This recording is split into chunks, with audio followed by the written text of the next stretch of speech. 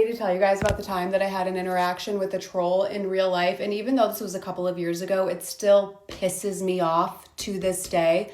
So I'm going to vent about it now because I feel like that's healthy. A couple of years ago, I got a brand new car. It was due for its first oil change. The dealership will do the first one for free. Hell yeah, take my car to the dealership, hand over my keys, ask how long will this take? 45 minutes, you may sit in our service lounge. Great. Let me preface the rest of the story by saying I drive a Buick.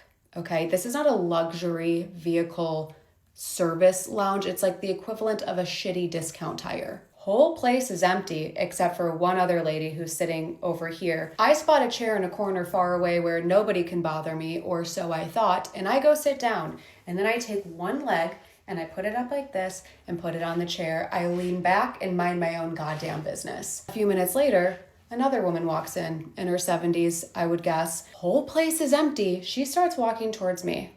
Interesting choice. As she's getting closer, I notice she's mumbling / talking to herself. So I'm like, mentally insane person approaching. As she's getting closer, I realize that she's actually trying to talk to me. Now she's like a foot away from me and she goes, "You're gonna put your shoe on the chair? That's disgusting." I would expect this behavior from a child, but a grown woman. And then she sits right next to me. Right next to me. Whole place is empty. And okay. So I just look at her like, and she goes, "Don't look at me like that." I, and rightfully so, am seeing red in this moment. Like, I'm hot, because absolutely not. I'm getting up and I'm moving. So I walk across the lobby, and as I pass the only other person who's here, she looks at me and she puts her leg up and her shoe on the chair as well, because camaraderie is alive and well. And she goes, "I hope she says something to me because I will say something back." She said, "You handled that really well. I know it's sometimes better to not say anything, but also sometimes you do need to stand up for yourself."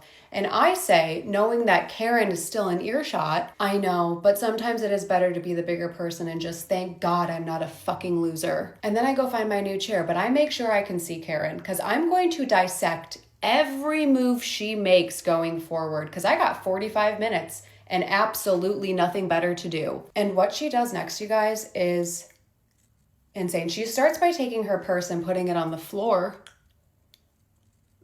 That same purse that she's inevitably going to take up to the checkout counter, put it on that surface as well, where we all have to check out. Then she's going to take that bag home, and I'd be willing to bet her filthy ass she's going to stick it on the kitchen counter where she prepares and eats food. Not only that, she gets out her phone.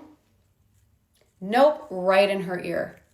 Yep, picking earwax, scrolling, touching every surface around her. Ugh. Whatever germs were on my shoes have fled the scene. They have run far away from this fucking lady. Did I mention that my shoes were brand spanking new? This was actually their debut, which I think is a very important detail. I thought that watching her be a disgusting human in public after calling me disgusting would make me feel better, but it just enraged me further. And all I wanted was to know exactly when my car would be done so that I could time a confrontation with her, which unfortunately never happened. But I came this close to walking up to her and saying, "Hey, just so you know, the mechanics here only work on cars. So if you're looking for someone to locate and remove that stick that's shoved up your ass, you're in the wrong place, lady. But before you leave, the bathroom's over here if you want to wash your fucking hands. And maybe ask someone for a Clorox wipe so you can clean every surface you've touched with your earwax covered fingers."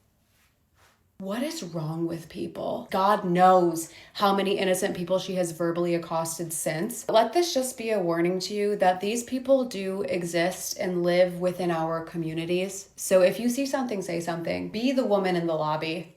She was a goddamn hero that day. Anyway, have a blessed weekend.